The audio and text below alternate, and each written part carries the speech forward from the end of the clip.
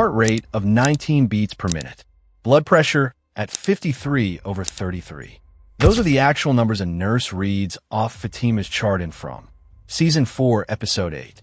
By every rule of human biology, a person with those numbers is unconscious at best.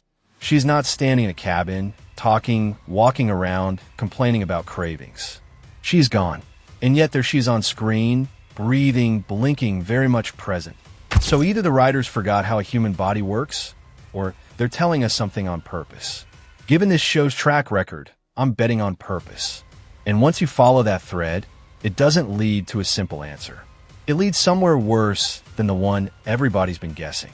Let's set the table with what's actually on record, because the internet has a habit of skipping past the boring facts to get to the fun theory. Back in Season 3, Fatima's pregnancy stopped behaving like a pregnancy almost immediately. Cravings for raw meat and rotten vegetables. An ultrasound that couldn't pick up anything resembling a human fetus. A birth that ended with the so-called Kimono Woman carrying away a sack with something moving inside it, straight into the tunnels where the town's nocturnal creatures live. What came out of that sack, fully grown within minutes, was Smiley. The same Smiley that's been terrorizing this town since Season 1. Fatima didn't almost give birth to a monster. She did. That part of the mystery is closed. So here's the actual question Season 4 is asking. And it's a different question than the one most theory channels keep repeating. The birth already happened months ago. The creature is already out and walking around at night. Why is the mother's body still reading like she's somewhere between alive and not? Why does a woman who already delivered still have vitals that belong in a morgue? That's not a pregnancy symptom anymore. That's a leftover. Something stayed behind after the birth was finished, and it's still active inside her. Here's where most casual viewers miss the bigger picture, because from buried its biggest twist in plain language, and people treated it like a minor detail. The show has already confirmed, on screen, that Tabitha is a reincarnation of Miranda, and that Jade is a reincarnation of Christopher. Not symbolic, not a vibe. Confirmed.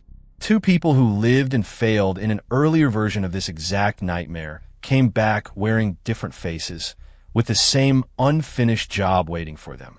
They even had a child together in that earlier life, a child who died and became one of the ghostly Angui children still trapped in that tower today. Think about what that actually means for how this town operates. It's not manufacturing brand new monsters from scratch every cycle out of nowhere. It already has a system for recycling people who matter into people who matter again later. That's not a theory anymore. That's the established rulebook. So the real question stops being, could this town possibly do something this cruel to someone? It's already done it twice to two of the show's main characters. The only open question is who else is sitting inside that same machinery without knowing it yet. This is the part one think gets skipped the most, and it's almost funny in a dark way. Boyd is the one who tells the entire township about the reincarnation theory. He stands in front of everyone in Episode 7 and lays out exactly what we just covered. Henry storms in and shuts the meeting down, calls it ridiculous, refuses to believe Miranda came back as Tabitha. And the show lets us sit with the irony, because Henry is wrong and Boyd is right. The sheriff holding this town together is the same man who just confirmed, out loud, that nobody here actually gets to stay dead or stay themselves. Roles get reassigned. Now stack that next to the man in yellow. We know he's the one who killed Jim, specifically as punishment for Tabitha and Jade figuring out their own reincarnation. We know fans have spent 2 seasons debating whether he's connected to Randall, whether he's a future version of someone already in this story, or whether he's something closer to the original entity the town's founders made their deal with in the first place. None of that is settled, but notice the pattern even in the guessing. Every serious theory about the man in yellow assumes he used to be somebody else first. The town doesn't seem to build its worst things from nothing. It promotes from within. Now bring it back to Fatima, because this is where her storyline stops looking like a side plot and starts looking like the blueprint. By Episode 7, the show confirms Fatima can see through Smiley's eyes. Not just see. In the right moment, she can influence what the creature does, which is how she manages to pull it off Kenny during a near miss the residence, almost don't survive. Everyone treats this like a weapon she's gained, a genuine advantage for the humans for the first time in years. But a link this intimate is rarely a one-way street, and the show has a habit of making its gifts cost something later. If Fatima can reach into Smiley, the far creepier possibility is that Smiley, or whatever built Smiley, can reach back into her. That would explain the vitals. Not a slow death, a slow handoff. Every time she taps into that connection, a little more of whatever keeps Smiley running might be settling into her instead of staying in him. Here's where it connects to the Kimono Woman, and I want to walk through this carefully because the leap matters. We've never actually been told what the Kimono Woman was before she became what we see now. We know she manipulated Elgin into kidnapping Fatima. We know she lied to him, claiming the baby would save everyone, when really she was clearing a path for Smiley's rebirth. We know she personally carried the birth sack into the tunnels and watched the creature emerge. Every single action she's taken lines up exactly with the job description of someone managing a birth she's done before. Not a random ghost, not a generic haunting, a specialist. So ask the obvious question the show hasn't answered yet. What if the Kimono Woman is what's left of an earlier mother who went through precisely what Fatima is going through right now and never fully came back from it? Not a different species of monster.